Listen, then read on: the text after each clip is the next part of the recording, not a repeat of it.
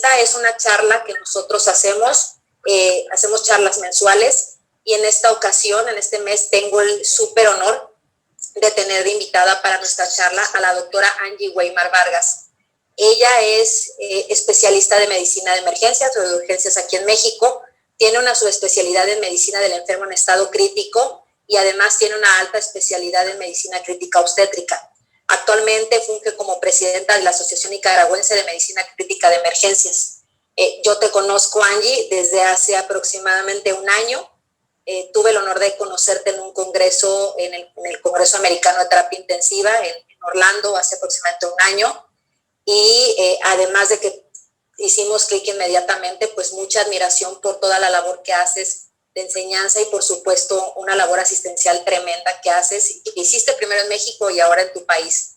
Es para mí un placer y te agradezco muchísimo que me hayas aceptado la invitación para participar en esta charla, y estoy muy, muy contenta de tenerte con nosotros. Así que te cedo la palabra. El tema de hoy, como lo mencioné, es un tema muy importante. Lo planeamos ya hace aproximadamente un mes, y el tema que vamos a tratar es preeclampsia y eclampsia, un reto en medicina crítica.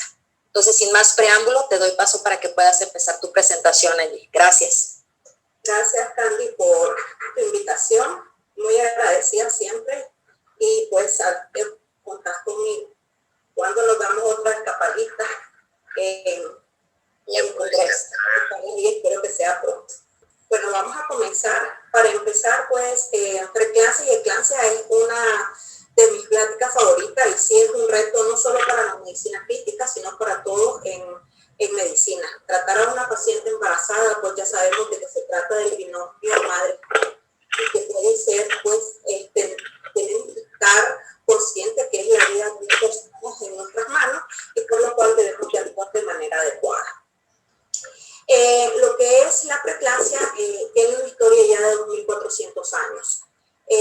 A 400 años antes de Cristo, Hipócrates afirmó que el dolor de cabeza acompañado de pesadez y convulsiones era grave, y le dio el nombre de eclampsia. Lo que es la preeclampsia y la eclampsia, los síndromes hipertensivos siempre son uno de los principales, de las 3 primeras causas de mortalidad. En países desarrollados es la primera causa de mortalidad, en países subdesarrollados como el de nosotros es la segunda causa de mortalidad. Como pueden ver en esta bibliografía, el 14% de las pacientes embarazadas murieron debido a una preeclampsia o eclampsia. Algo muy importante es cuánto nosotros hemos aprendido de esta patología. Antes hablábamos de 3 posibles causas de preeclampsia, era de varias teorías. Ahora ya solo tenemos una teoría, se conoce muy bien la fisiopatología de la preeclampsia, pero a pesar de todos estos conocimientos que tenemos, la incidencia de preeclampsia se ha incrementado hasta un 25% en las 2 últimas décadas. También es importante mencionar que es una de las principales causas de morbimortalidad, tanto maternas como fetales. Si se estima más o menos un 50.000 a un 60.000 de muertes maternas relacionadas con preeclampsia a nivel mundial. Por cada muerte relacionada a preeclampsia, nosotros vamos a calcular más o menos de 50 a 100 neones. ¿Por qué es muy importante esto de preeclampsia? Pues la mortalidad, como les dije, es alta tanto para la madre como para el feto, y algo muy importante, cómo nosotros podemos incidir en esta disminución de la mortalidad. En este estudio nos hablan de intervenciones que debemos de usar, cuáles son las correctas para disminuir la eclampsia y la preeclampsia, perdón, la mortalidad por preeclampsia. Como pueden ver aquí, una de estas intervenciones, si estas pacientes tienen una preeclampsia con criterios de severidad o una paciente con eclampsia, lo más importante que disminuye la mortalidad, como pueden ver aquí, es que esta paciente sea ingresada y este seguimiento que nosotros le tenemos que dar en una unidad de cuidados intensivos obstétricos tiene que ser vigilada por un personal capacitado. Debe de ser por un intensivista obstétrico quien le debe de dar el seguimiento, y como ven, hay una disminución hasta el 99%. Como sabemos, hay factores de riesgo que nos predisponen a desarrollar preeclampsia. Esta tabla de riesgo, muchos de los que están aquí son internistas. Factores de riesgo cardiovasculares, la diabetes, lo que es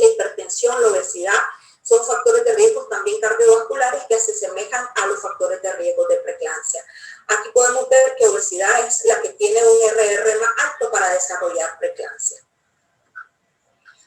Anteriormente se conocían esas tablas. Actualmente Bachat comenzó a hablar de lo que es los criterios de Bachat y los dividió en perfiles de riesgo. Los perfiles modificables y los perfiles no modificables. ¿Cuáles son estos perfiles modificables? Pues tenemos el personal. ¿Qué quiere decir esto? Pues en el personal tenemos la raza de la paciente, la edad de la paciente, si es primigesta, si es multigesta, que son cosas que nosotros no podemos modificar. En este grupo de pacientes, si nosotros encontramos que tienen riesgos personales, lo que debemos de aplicar es la aspirina. Si nosotros tenemos otro no modificable, es el placentario. En cuanto al placentario, nosotros tenemos desde la aspirina, es lo que nosotros debemos de usar. ¿Qué es lo que vamos a valorar en el perfil de riesgo placentario? Pues el Doppler de las arterias uterinas y el SFLT1, el BEC y el PIC, que posteriormente les voy a hablar de ellos. Entonces, si ellos tienen estos factores de riesgo modificables, ¿qué es lo que debemos de hacer? Aspirina.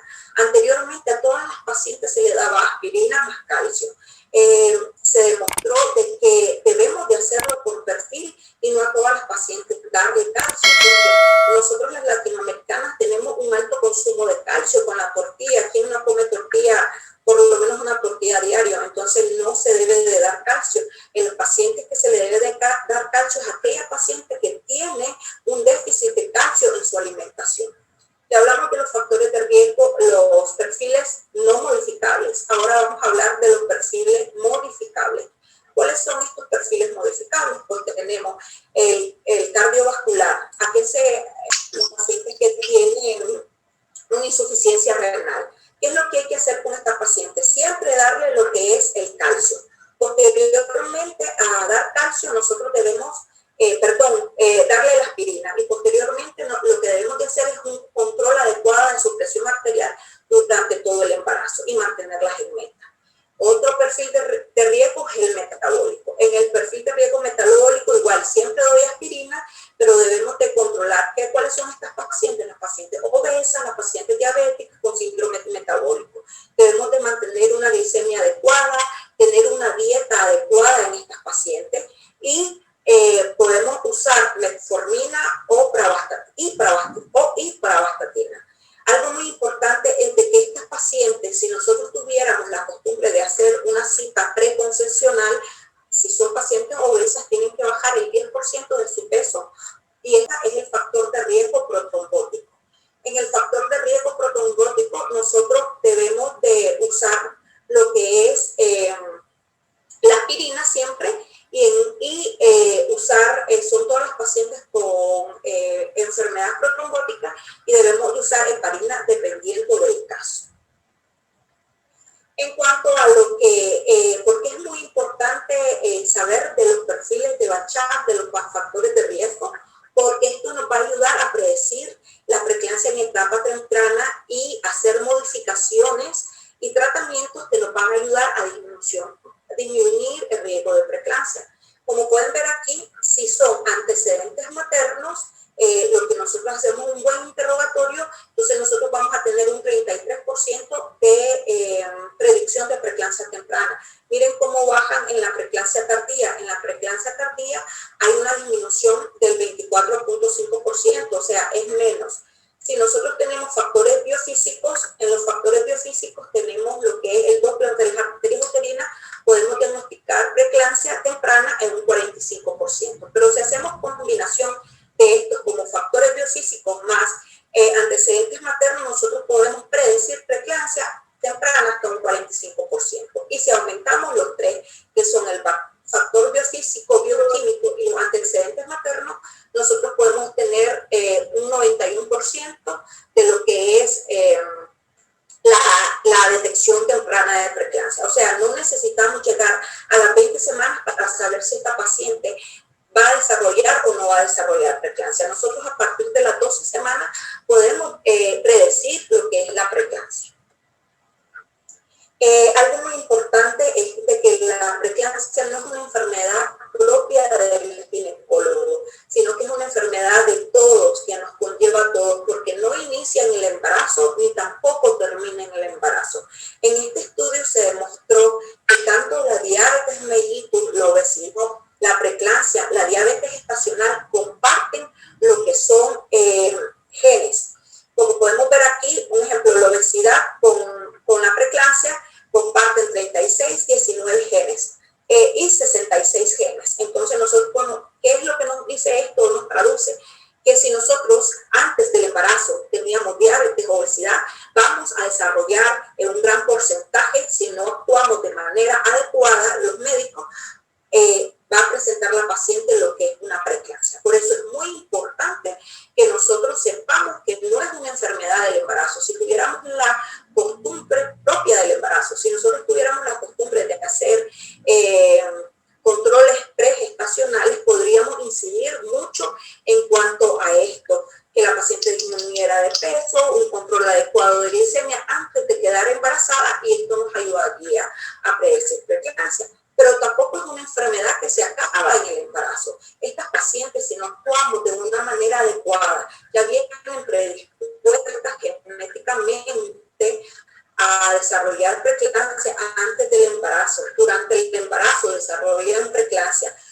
No tratamos la preeclampsia de una manera adecuada. Esta paciente va a quedar con factores de riesgo y enfermedades cardiovasculares que van a ser la causa de su muerte. Por lo que no es una enfermedad que comience en el embarazo ni termina en el embarazo.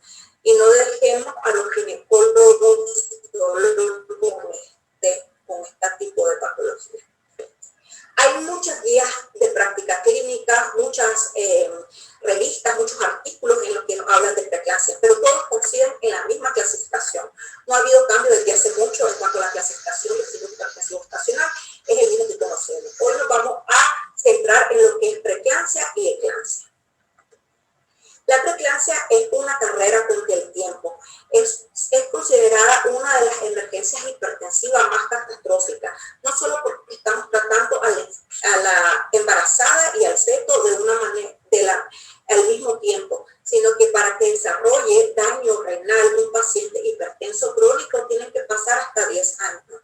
En cambio, si hay una paciente con preeclampsia y no controlamos adecuadamente esta situación hipertensiva y no actuamos de manera rápida, el daño puede ser renal hasta en 24 horas. Por eso deben de saber de que es una enfermedad y que estamos contra el tiempo. Si no actuamos de manera adecuada y de manera rápida, que vamos a tener un desenlace fatal tanto materno como fetal.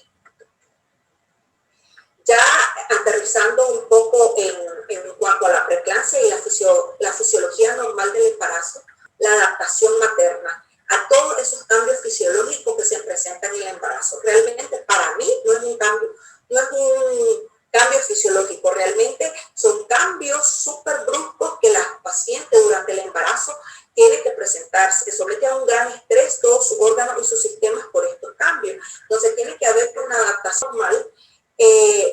Esto, si se hace de manera adecuada, vamos a tener un embarazo normal sin preeclampsia. ¿A qué nos referimos cuando hablamos de una función placentaria normal?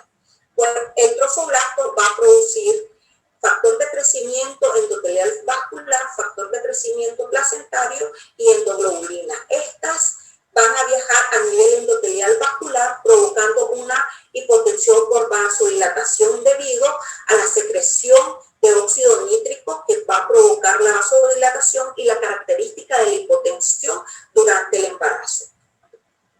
¿Y cuál es la afección cardiovascular que la mujer embarazada presenta? Entonces comienzan a producir relaxina y estradiol, que junto con los factores dependientes de endotelina, como son la endotelina, el óxido nítrico, las prostaglandinas, van a provocar una vasodilatación periférica.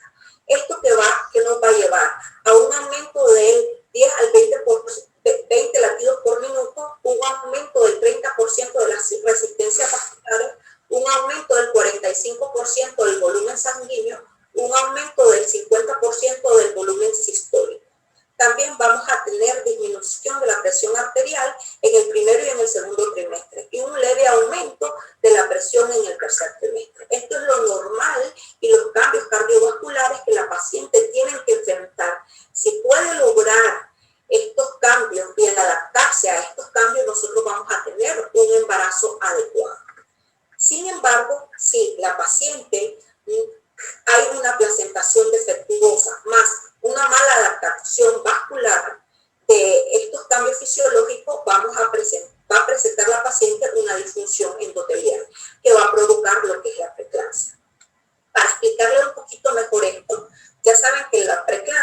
afecta tanto a la madre como al feto.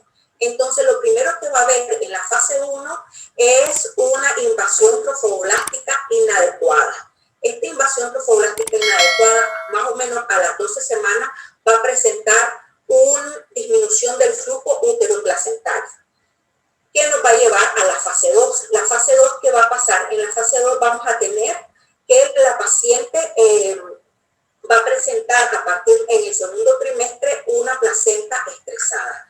La placenta estresada nos va a provocar a las 28 semanas lo que es una desregulación endotelial de los factores del sincitotrofoblasto placentario a las 28 semanas, y en la etapa 3 ya vamos a tener todas las características de lo que es la preeclampsia, que va a afectar y ya se van a ver todos los cambios que van a haber en la madre, como hipertensión, proteinuria, edema, convulsión, y también los daños a nivel fetal, una restricción de crecimiento, pratóter término, y hasta puede llevar a óbito fetal. Algo muy importante de lo que les hablé, que es lo que produce el trofoblasto. Les dije que producía factor de crecimiento placentario y un factor de crecimiento endotelial vascular. Y también que producía endoglobulina. Ahorita nos vamos a enfocar en el BEC y el PIC. El BEC y el PIC comparten un mismo receptor. Este receptor se llama FLT1. El FLT1 tiene tres porciones, que es la porción extracelular, transmembrana e intracelular. Si tiene estas tres partes, entonces en el endotelio vascular materno van a unirse al BEC y al PIC y van a provocar la producción de óxido nítrico, que va a causar hipotensión en un embarazo normal. Pero ¿qué pasa en un embarazo con preeclampsia? El factor de crecimiento endotelial vascular solo produce su porción extracelular, y este se le llama SFLT1, que es el receptor incompleto del BEC y el PIC. En una mujer embarazada hay producción de factor completo, pero también hay una excesiva producción de factor incompleto. Y en el endotelio vascular materno van a competir tanto el BEC como el PIC. Y como va a haber mucha más producción de SFLT1, que es el factor incompleto, entonces no se va a unir al factor completo, sino que se va a unir al factor incompleto. Al no unirse a un factor completo, no hay producción de óxido nítrico y no se da la hipotensión materna, sino más bien va a haber hipertensión. Eso es lo que explica la hipertensión en la preeclampsia. Algo muy importante es de que no solo nos predice y nos diagnostica. Nosotros a partir de las 8 semanas, como pueden ver aquí, de las 8 hasta 12 semanas, en una mujer embarazada normal comienza a producirse de una manera adecuada el factor de crecimiento placentario. En cambio, en una mujer con preeclampsia nunca va a alcanzar niveles adecuados de factor de crecimiento placentario.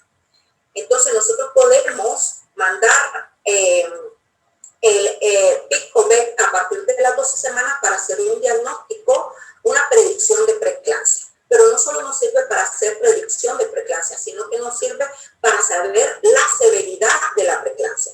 ¿Y qué es lo que por qué digo esto? Porque si nosotros podemos ver en esta gráfica, a mayor severidad de la preeclampsia, hay un aumento de lo que es el receptor incompleto, que es el SFLT1, y una disminución del factor de crecimiento placentario. Como pueden ver aquí, como hay un aumento excesivo del factor de crecimiento del SFLT1 y hay una disminución y una caída del factor de crecimiento placentario. Entonces no solo nos sirve para una predicción, sino nos sirve también para saber la severidad de cómo va a estar esta paciente, si va a hacer preeclampsia con criterios de severidad. Acá en esta gráfica podemos ver de que el SFLT1, que es el receptor incompleto del BEC y el PIC, si nosotros a mayor producción de SFLT1, como pueden ver acá, la presión arterial aumenta la presión arterial. Si tenemos mayor producción, hay un mayor aumento de la presión arterial en las pacientes preeclámpticas. También en esta gráfica podemos ver que a menor producción de factor de crecimiento endotelial vascular, que es el BEC, va a haber una mayor presión arterial.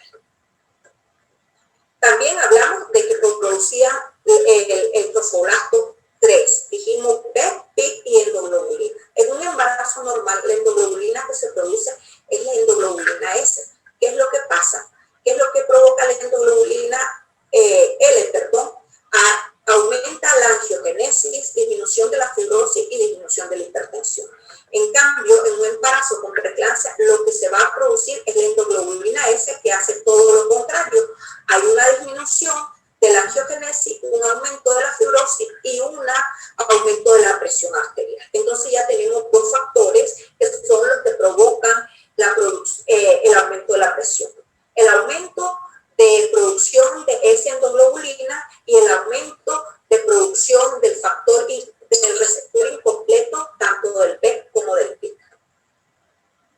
Pero todos nosotros creemos que al terminar el embarazo se termina el problema, pero no es así. En estos estudios nosotros podemos ver que tanto en un embarazo, en un parto vaginal como en un parto por cesárea, la producción de SFLT1 no aumenta en un embarazo normal sin preeclampsia. En cambio, en un embarazo con preeclampsia, al momento de la dilatación, tanto en el parto vaginal como en cesárea, ustedes pueden ver que al momento de la dilatación y de la extracción de la placenta, nosotros vamos a tener una liberación excesiva a la circulación materna del SFLT1 cuando se extrae la placenta. Lo mismo pasa con la S-endoglobulina. Nosotros podemos ver que en un embarazo normal, tanto parto como cesárea, no hay una producción excesiva de S-endoglobulina, pero al momento, en una preeclámptica, al momento de la dilatación y la extracción de la placenta, hay una liberación excesiva del endotelio hacia el endotelio vascular materno de S-endoglobulina. Entonces, como les dije, hay una mayor liberación de SFLT1 y de endoglobulina. Por lo tanto, en el momento posterior al parto va a haber un incremento excesivo de la presión arterial en las mujeres. Por lo que si ustedes diagnostican una preeclampsia con criterios de severidad, tienen que ingresar a la unidad de cuidados intensivos para darle vigilancia 24 horas, porque es aquí donde la paciente va a aumentar la presión arterial y nos puede convulsionar y provocar lo que es la eclampsia. En cuanto a la definición, anteriormente ya sabemos todo, pues una paciente embarazada mayor de 20 semanas, con presión arteriales mayores de 140-90, con proteinuria significativa, diagnosticados preeclampsia. En la actualidad, pues no necesitamos tener proteína, sí, mayor de 20 semanas, que la paciente esté hipertensa, pero esta paciente puede tener proteinuria o no proteinuria o presentar cualquier disfunción orgánica como es lesión renal, cualquiera de los aquí, aumento del AST o ALT, con dolor o no en epigastrio, complicaciones neurológicas como eclampsia, alteración del estado mental, ceguera, clonus, cefalea, escotomas, y también las complicaciones hematológicas, una trombocitopenia, CID, hemólisis o también difusión placentaria como restricción del crecimiento, óbito, alteración del Doppler en las arterias uterinas. Entonces, no necesariamente la paciente tiene que presentar proteinuria para diagnosticar preeclampsia. Si tiene cualquiera de estos disfunción orgánicas que les mencioné, nosotros ya podemos diagnosticar preeclampsia sin necesidad de esperar las proteínas. ¿Cómo sabemos que es una proteína significativa? Pues si nosotros hacemos una cinta en orina, no tiene una adecuada sensibilidad y especificidad. Por lo tanto, para hacer un diagnóstico o diagnóstico diferencial para la preeclampsia, debemos hacer recolección de proteínas de 24 horas. Si es mayor de 300 gramos, decimos que es una proteína significativa. Otra opción que podemos hacer es la recolección de proteína en 12 horas. Si es mayor de 150 miligramos sobre decilitro, tiene una sensibilidad del 92% y una especificidad del 99%. Así que la podemos hacer en 24 horas o en 12 horas. También podemos hacer lo que es determinar lo que es el cociente proteína urinaria, creatinina urinaria. Si este es mayor de 0.3 miligramos sobre decilitro, es una proteína significativa. Tomamos una muestra aleatoria de orina y a esta muestra le decimos que nos saquen proteína en orina y creatinina.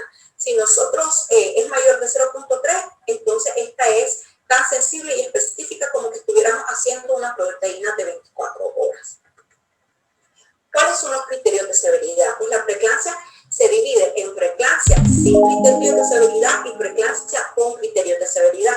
La preeclampsia con criterios de severidad es la que nosotros como intensivistas debemos tener en las unidades de cuidados intensivos. ¿Y cuáles son estos criterios de severidad? Pues presión arterial mayor de 160, 110, creatinina, cualquier lesión renal aguda, o sea, cualquier AKIN, elevación de las enzimas hepáticas 2 veces el valor de ellas, dependiendo del porte que tenga el laboratorio, plaquetas menor de 100.000, anemia hemolítica con incremento de las DHL, lo que es síntomas como cefalea persistente, síntomas visuales, dolor en el epigastrio, hepatalgia. Entonces estos son los criterios de severidad que la paciente tiene que presentar.